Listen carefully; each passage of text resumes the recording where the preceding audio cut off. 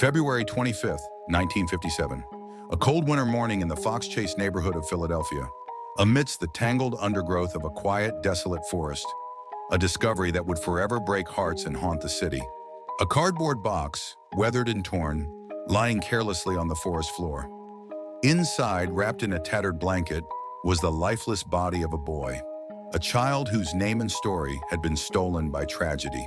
The child, no older than 4 or 5, was emaciated. His hair had been crudely cut, possibly after death, and his tiny body bore signs of severe malnourishment and abuse.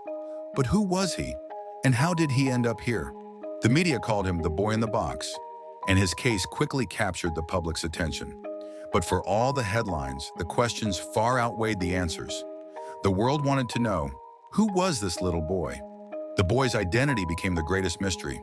Despite extensive efforts, thousands of flyers distributed, hundreds of leads followed, he remained nameless.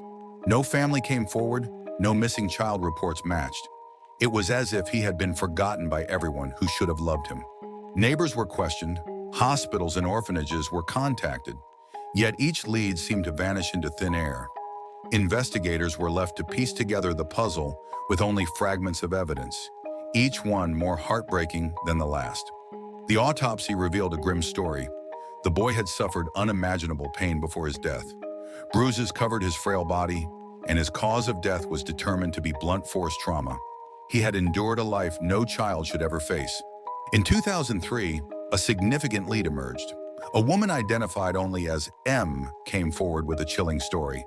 She claimed her mother had purchased the boy and subjected him to years of abuse before his tragic death. M described how the boy was treated as less than human, locked away and beaten. But while her account was compelling, investigators struggled to corroborate her claims. Without concrete evidence, her story remained just another thread in the tangled web of the case. The boy's grave, marked simply as America's unknown child, became a place of mourning for those who never knew him but refused to forget. Strangers left flowers, toys, and prayers, a quiet testimony to the love and compassion he was denied in life.